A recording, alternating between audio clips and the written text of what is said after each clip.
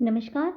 Online कक्षा की श्रृंखला में आप सभी का एक बार फिर से स्वागत है। हम पढ़ रहे थे बीए फर्स्ट ईयर के पेपर फर्स्ट में प्राचीन एवं मध्यकालीन काव्य। तो आज भी हम हमारी उसी श्रृंखला को आगे बढ़ाते हैं।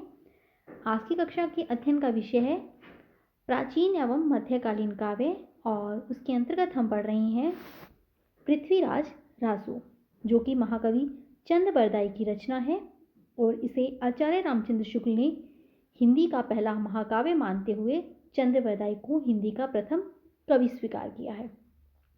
यह रचना पृथ्वीराज रासो से ही संबंधित है। पद्मावती समय, जो कि पृथ्वीराज रासो का 20वां अध्याय है, 20वां समय है। यह जो है पृथ्वीराज और पद्मावती, इन दोनों की कथा है। इससे पूर्व की कक्षा में हमने अध्ययन किया था पद्मावती समय के ही कुछ पदों का, जिसके अंतर्गत हमने पढ़ा था पद्मावती के रूप सौंदर्य का वर्णन, कि किस प्रकार से कवि ने चंद ने पद्मावती के सौंदर्य की तुलना कामदेव की पत्नी रति से की है और उसे एक विशेष रूप ईश्वर ने प्रदान किया है, विशेष सांचे में ढालकर उसकी रचना की है और उसके अंग प्रत्यंगों का वर्णन किया गया था। तो इससे पूर्व की कक्षा में हमने पढ़ा पद्मावती के रूप सौंदर्य नक्षिक का वर्णन, और आज की कक्षा में इसी श्रृंखला को आगे बढ़ाते हैं और पद्मावती समय के अन्य प्रसंग, अन्य पद जो कि हमारे पाठ्यक्रम के अंतर्गत संकलित हैं, उनका अध्ययन करेंगे। आइए शुरू करते हैं पद्मावती समय के ही अन्य पद। तो आज जो हमारा पहला पद है वो है सोधि जुक्ति को कंत कियो तब चित चहुदिश, ल्यो विप्र गुरु बोल कही समुझाए तात तस। नर नरेंद्र नरपति बड़े गढ़ दुख अस्से, सीलवंत कुल शुद्ध देहु कन्यासु नरेश। तब चलन देहु दुज्जा लगन, स्वगुण बंध ही अपतन। आनंद उच्छा समुद्र शिखर, बजत नद निशान खन। तो ये जो पद है पद्मावती समय से लिया गया है। इसमें पद्मावती के पिता का ये मनोभावों को व्यक्त करता हुआ पद है कि पद्मावती अब बाल्यावस्था से किशोरावस्था की तरफ आ गई है और उसे इस तरह से बड़ा होते देखकर उसके माता पिता को, पद्मावती के माता पिता को उनके विवाह की चिंता होती है और पद्मावती के पिता राजा विजयपाल को उनके वर की चिंता होती है और वो वर चयन के लिए स्वयं चिंतित होते हैं और फिर अपने कुल गुरु को बुलाते हैं और उन्हें जाकर कहते हैं कि उन्हें बुलाकर ये संदेश देते हैं कि वो जाएं और मेरी कन्या के लिए श्रेष्ठ वर का चयन करके और उससे मेरी कन्या का रिश्ता और उसकी सगाई जो है पक्की कर देवें। तो ये इस प्रसंग में है, आइए समझते हैं इसे। सोधि जुक्ति को कंत कियो तब चित चहुदिश। कवि कहते हैं पद्मावती ने जब वो यौवनावस्था में पहुंची तो उसके पिता ने उसके लिए सोधी का अर्थ है ढूंढना, खोजना। तो सोधी युक्ति को अपनी युवती के लिए, अपनी कन्या के लिए एक श्रेष्ठ वर की तलाश में वो चिंतित रहने लगी और चित्त चहुदिश, अपने चित्त को चारों दिशाओं में, सभी दशों दिशाओं में उन्होंने दौड़ाने का प्रयास किया। लयो विप्र गुरु बोल कहीं समुझाए तात तस। और जब उन्हें कुछ समझ में नहीं आया तब उन्होंने अपने ही कुलगुरु को बुलाकर और अपनी बात समझाई और कहा कि नर नरेंद्र नरपति बड़े कट दुख असेर, सीलवंत कुल सुदोस्ते कन्या सु नरेश। उन्होंने कहा अपने कुलगुरु से कि इस संसार में बहुत से मनुष्य हैं, श्रेष्ठ मनुष्य हैं। नरेंद्र, राजाओं में इंद्र के समान, नरपति, बड़े बड़े नरपति राजापति हैं और जो कि बड़े बड़े दुर्गों के स्वामी हैं। तो उन सब में से जो भी तुम्हें शीलवंत कुल, जो शील कुल का लगे, जो श्रेष्ठ लगे, जो गुणी लगे, ऐसी कन्या को तुम मेरी कन्या के लिए, ऐसे वर को मेरी कन्या के लिए चयन करके लाओ और मेरी कन्या का उसे जो है उसकी, मेरी कन्या का उसके साथ लगन कर दो।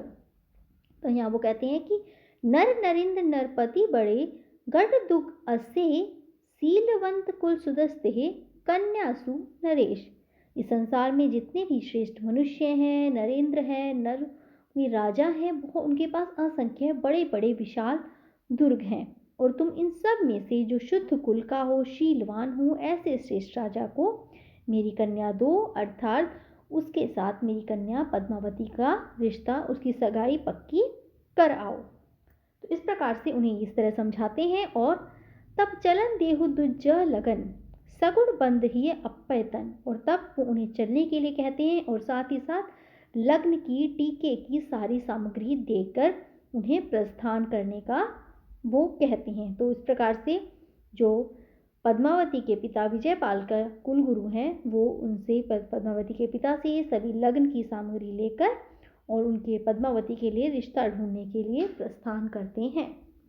आनंद उच्छा समुद्र शिखर बजत नद निशान।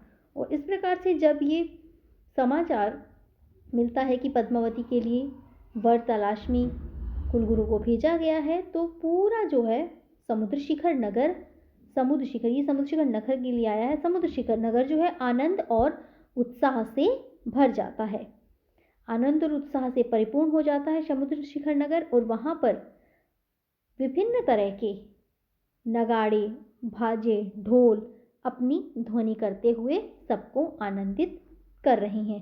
तो वहां पर आनंद और उल्लास छा जाता है और नगाड़ों की ध्वनि चारों तरफ गूंजने लगती है। तो इस पद में ये प्रदर्शित किया गया है। कवि ये बताना चाह रहा है कि पद्मावती विवाह के योग्य हो गई है, पिता उसकी चिंता करते हैं और उसी चिंता में अपने चारों दिशाओं में उसके लिए अच्छा वर ढूंढने का प्रयास करते हैं। पर जब उन्हें कुछ समझ नहीं आता तब वो अपने कुलगुरु को बुलाते हैं और उन्हें आज्ञा देते हैं कि इस संसार में जो भी श्रेष्ठ हो मेरी कन्या के लिए, उसके साथ तुम मेरी कन्या का लगन पक्का कराओ। और इस प्रकार से उन्हें सभी लगन की सामग्री, तिल, रोली, मोली, तिलक सामग्री सब देकर ब्राह्मण से मुहूर्त निकलवाकर उन्हें दे देते हैं और कहते हैं कि आप जाकर मेरी कन्या के लिए वर ढूंढ के लाइए। और इस प्रकार से जब ये समाचार समुद्र शिखर में फैलता है तो वहां पर आनंद और उत्साह की, उल्लास की लहर दौड़ उठती है। तो ये जब इस बात का पता पद्मावती को चलता है कि उसके पिता उसके लिए विवाह की चिंता कर रहे हैं और उसके लिए वर खोजने के लिए कुलगुरु को भेजा है, तब पद्मावती बहुत ही व्याकुल हो जाती है। क्यों? उसके व्याकुल होने का कारण ये है कि वो तो पृथ्वीराज चौहान से ही प्रेम करती है और उन्हें ही अपने पति के रूप में, अपने वर के रूप में पाना चाहती है। तो इस प्रकार से वो चिंतित हो जाती हैं कि अगर मेरे पिता ने मेरा विवाह किसी और के साथ कर दिया तो मैं जीवित नहीं रह पाऊंगी, मेरे प्राण निकल जाएंगे। तो इस प्रकार से चिंतित होती हुई वो प्रिय पृथ्वीराज को एक पत्र लिखती है। अगला पद जो है वो उसी से संबंधित है। इस पद में पद्मावती प्रिय पृथ्वीराज को पत्र लिखती है और उन्हें आने के लिए कहती है और उस पत्र में वो अपने विवाह की सभी सूचना देती है कि किस लगन, किस तिथि को, किस मुहूर्त में मेरा विवाह हो रहा है और आप तब तक पहुंचकर मेरा वर्ण कीजिए उसी प्रकार से जिस प्रकार से श्री कृष्ण ने रुक्मणी का हरण कर कर उससे विवाह किया था, और आप भी उसी प्रकार से मेरा हरण करिए और मुझसे विवाह कर कर मेरे प्राणों की रक्षा कीजिए। तो ये पद इस बात को इंगित करता है। और पद्मावती ये पत्र लिखकर और शुक, उनके पास जो तोता है, उसे देती है कि ये पत्र तुम शीघ्र पृथ्वीराज तक पहुंचाओ मेरा संदेश। तो आइए शुरू करते हैं। प्रिय पृथ्वीराज नरेश, जोग लिखी कगर दीनो, लगुन बरन रचि सर्व, दिन द्वादश ससी लीनो, से अरु 11 तिस 7 संवत परमान, जोवित कुल सुद वरण वर रेखु पुराण। तो यहाँ पर इनमें, इस पद में वो पूरी लगन और तिथि पद्मावती ने बता दी है कि किस लगन को और किस तिथि को मेरा विवाह हो रहा है। देखे तिष्ठ उच्चर्ये वर, एक पल विलंब न करिए, अलगार रयन दिन 5 मह, जो रुक्मणी कन्ह वरी। तो यहाँ पर ये पत्र है पद्मावती का लिखा हुआ पृथ्वीराज को, और वो कह रही है, हे प्रिय पृथ्वीराज, राजा पृथ्वीराज, नरेश का जब करते राजा, हे राजा प्रिय पृथ्वीराज, योग लिखी कगर दीनी, और उनके लिए योग्य जो भी पत्र है उसे कागज पर लिखकर वो शुक के माध्यम से शुक को देती है, उन्हें तक पहुंचाने के लिए कहती है। लगन वरण रची सरब, दिन द्वादश लीनो, से अरु 11 30 संवत परमान, और वो अपने लग्न की पूरी कुंडली उसमें लिख देती है उस पत्र में और कहती हैं कि दिन द्वादशी शशि लग्न, शशि शुक्ल पक्ष की द्वादशी को और 1130 संवत क्या है, शक संवत है और 1130, तो पूरी लगन पत्रिका आ गई है कि शक संवत 1130 में शुक्ल द्वादशी को मेरा विवाह है, मेरा लग्न है और तब तक जोवित्र कुल शुद्ध वर्णवर रेखु प्राण है।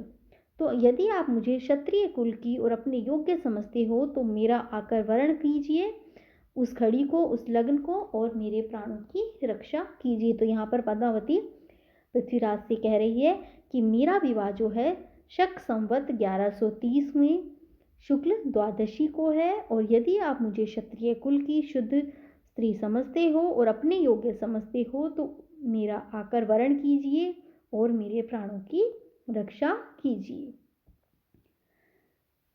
दिक्खत तिष्ठ उच्चार्य वर, एक पल विलंब न करिए, अलगार रैन दिन पंचमही, जो रुक्मणी कन्ह वरिये। वो ये उसने कहती है कि देखते ही दृष्टि से आप जब इस पत्र को देखें तो देखते ही उच्चर्य वर, एक पल का भी जो है आप विलंब ना करिए, एक पल विलंब न करिए, अलगार रैन दिन 5 में, जो रुक्मणी कान्हा वरी हो। और आप इस पत्र को जैसे ही पढ़ें, जैसे ही देखें तो एक पल का भी विलंब किए बिना आप मेरे पास आ जाइएगा। और जिस प्रकार से श्री कृष्ण जो रुक्मणी कान्हा वरी, श्री कृष्ण ने रुक्मणी का वर्ण किया था, उसी प्रकार से आप भी गुप्त रूप से, अलगार शब्द का अर्थ होता है गुप्त रूप, तो गुप्त रूप से 5 दिन और रात में आकर मेरा वर्ण कीजिए और मेरे प्राणों की रक्षा कीजिए। तो ये पद है चंद्रबदाई का, जिसमें कि पद्मावती पृथ्वीराज को पत्र लिख रही है और उन्हें ये अपने विवाह की लगन की तिथि बता रही है और ये कह रही है कि आप मुझे क्षत्रिय कुल की अपने योग्य समझते हो तो मेरा आकर उसी प्रकार से वर्ण कीजिए जिस प्रकार से श्री कृष्ण ने रुक्मणी का वर्ण किया था। तो यहाँ पर एक अंतर कथा भी है। किसकी कथा है? रुक्मणी और कृष्ण की कथा है। अब मैं आपको इस कथा का थोड़ा सा सार बता दूं कि कृष्ण ने रुक्मणी के साथ विवाह कैसे किया था। रुक्मणी जो थी वो विदर्भ देश की राजकुमारी थी और कृष्ण के साथ वो विवाह करना चाहती थी, परंतु रुक्मणी के जो भाई थे वो कृष्ण के विरोधी थे, वो कृष्ण को पसंद नहीं करते थे। इसलिए उन्होंने रुक्मणी का विवाह जो है शिशुपाल के साथ निश्चित कर दिया। तो रुक्मणी को इस बात से बड़ी चिंता हुई और वो शिशुपाल से विवाह नहीं करना चाहती थी, वो तो चाहती थी कृष्ण से विवाह करना। तो इसलिए रुक्मणी ने एक दूत के माध्यम से कृष्ण को अपना संदेश पहुंचाया और आग्रह किया कि आप आकर मेरा वर्ण कीजिए। और जैसे ही ये समाचार कृष्ण तक पहुंचा और कृष्ण क्या है, रुक्मणी के पास पहुंच गए। और जब कृष्ण वहां पहुंचे उसी समय क्या शिशुपाल की बारात भी आई हुई थी। तो रुक्मणी शिव पार्वती की पूजा करने के लिए, गौरी पूजा के लिए मंदिर में गई हुई थी और उसी मंदिर में कृष्ण ने आकर उसका हरण किया और उसे रथ पर बैठाकर वो अपने साथ ले गए थे। और जैसे ही ये सूचना नगर में पहुंची कि रुक्मणी का तो हरण कर लिया गया है, तो रुक्मणी के भाई रुकम और शिशुपाल, जिसके साथ उसका लग्न निश्चित हुआ था, दोनों ने कृष्ण का पीछा किया और उनमें भयंकर युद्ध होता है कृष्ण के साथ, परंतु अंत में कृष्ण विजयी होते हैं और वो रुक्मणी को अपने साथ द्वारिका ले जाते हैं और वहां जाकर विधि पूर्वक विवाह होता है। और यही कथा इसी में भी आगे है कि इसी प्रकार से जो पद्मावती है वो पृथ्वीराज से कहती है कि आप भी उसी प्रकार से रुक्मणी की तरह मेरा आकर वर्ण कीजिएगा और मुझे अपने साथ ले जाइएगा। तो आज हमने पढ़ा हमारे पाठ्यक्रम के अंतर्गत पृथ्वीराज रासो के पद्मावती समय के पदों का, जिसमें पृथ्वीराज के पिता की पद्मावती के पिता की चिंता और वो उसके विवाह के लिए योग्य की वर ढूंढने का प्रयास किस प्रकार से करते हैं, अपने कुलगुरु को भेजते हैं, और फिर पद्मावती ने जो पृथ्वीराज को पत्र लिखा उसका हमने आज के इस पद में अध्ययन किया। इससे आगे की कक्षा में हम मिलेंगे हमारे पाठ्यक्रम के अंतर्गत आने वाले ही पद्मावती समय के अन्य पदों के साथ। तब तक आप इसका अपने स्तर पर अध्ययन कीजिए। इससे आगे की कक्षा में मिलते हैं पद्मावती समय के अन्य पदों के साथ। धन्यवाद।